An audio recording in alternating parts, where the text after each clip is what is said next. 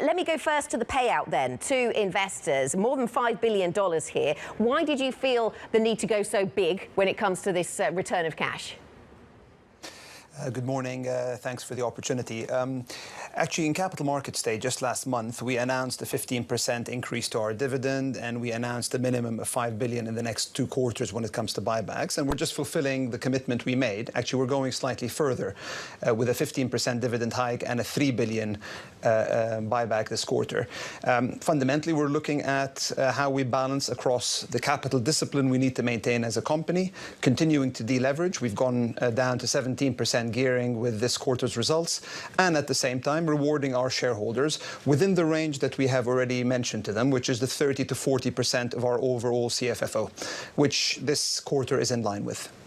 Okay, right, as a percentage of cash flow from operations. I wonder what this tells us about your shareholders' priorities, though, Wael. Does it tell us that they would rather have the cash back than have you invest it in energy sources that are more around energy transition? Is that what we take away from this decision to return at scale to shareholders?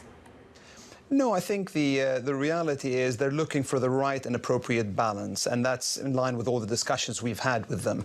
We are investing significantly, by the way. So we are investing this year, for example, $23 to $26 billion into our businesses, everything from oil and gas through into our marketing businesses and into our low-carbon businesses, our renewable and energy solutions businesses. So a material amount is going there.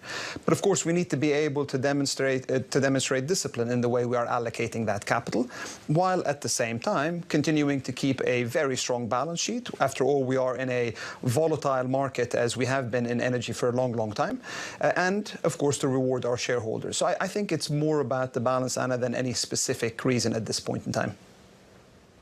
You kind of emphasised that this buybacks plan was very much just delivering on your prior promises from the Capital Markets Day, but you've gone slightly above that. How much further will you go? And would you consider going to a fixed level of buybacks like your American peers? Because obviously one of the big stories out there is the fact that the big valuation gap between you and some of your big US rivals.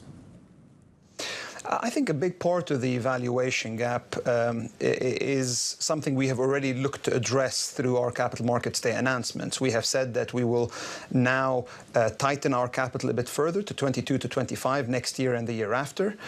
We have also said we will reduce our OPEX by $2 to $3 billion up to end of 2025. By doing that, we see a pathway towards growing by 10% free cash flow per share every single year between now and 2025. That has become a compelling story, and we have seen a very positive response to our shareholders from that. We don't see the need at this point in time to be able to guide longer term than we have. Of course, we will reassess that when we get to end of the year. But what we do feel is that our current shareholder distribution framework, the 30 to 40% of cash flow from operations, is sufficient guidance to be able to allow our investors to understand the direction we're going in, but also to appreciate that the volatility in the market continues to be strong.